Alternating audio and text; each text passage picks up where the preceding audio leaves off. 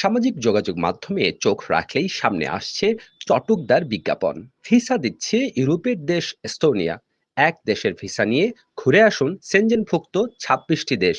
মন ফোলানো এমন বিজ্ঞাপন দেখে সিলেটের তরুণরা ঝুঁকছেন ট্রাভেল এজেন্সিতে। এই সুযোগে ইউরোপের নেশায় বিভোর তরুণদের কাছ থেকে ভিসা প্রসেসিং এর নামে টাকা হাতিয়ে নিচ্ছে কিছু অসাধু ট্রাভেল এজেন্সি। কিন্তু প্রশ্ন হচ্ছে, আসলেই কি দুর্বল প্রোফাইলের আবেদনকারীদের ভিসা দিচ্ছে এস্তোনিয়া? ভিসা পাওয়ার সুসংবাদ খুব একটা পাওয়া না গেলেও জাল ডকুমেন্টস দিয়ে ধরা পড়ে ইউরোপের দেশ ভ্রমণে নিষেধাজ্ঞার মুখে পড়েছেন এমন অনেক ভুক্তভোগীর সন্ধান মিলেছে। সিলেটের বিভিন্ন এজেন্সি ৯০% ভিসার নিশ্চয়তা দিয়ে এস্তোনিয়ার ভিসা প্রসেসিং এর বিজ্ঞাপন দিচ্ছে। এজেন্সিগুলো প্রথমেই ফাইল প্রতি জমা নেয় ৩০ থেকে ৫০ হাজার টাকা। ভিসা হওয়ার পর ১০ থেকে ১৪ লাখ টাকার চুক্তি থাকে। এরপর এজেন্সিগুলো জাল ডকুমেন্টস তৈরি করে আবেদন করে এস্তোনিয়ার ভিসার জন্য। বিজ্ঞাপনে এজেন্সিগুলো ৯০ ভাগ ভিসা হওয়ার নিশ্চয়তার কথা বললেও বাস্তবে ঘটছে বিপরীত। ১০০ আবেদনকারীর মধ্যে ভিসা পাচ্ছেন ১ থেকে ২ জন।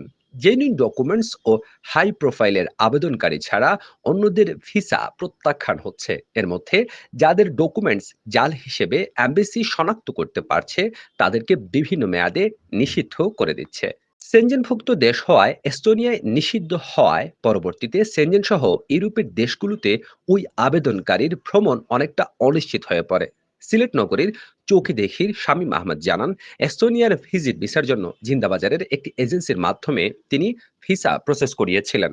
ওই এজেন্সি প্রসেসিং বাবদ প্রথমে অফেরতযোগ্য ৪০ হাজার টাকা নিয়েছিল। পরে ভিসা তো হয়নি, উল্টো জাল ডকুমেন্টস সাবমিটের কারণে তিনি ব্যান্ড খেয়েছেন।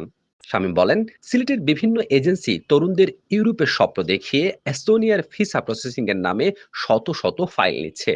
কিন্তু এখনো পর্যন্ত কারো ভিসা হওয়ার খবরটুকুও পাওয়া যায়নি।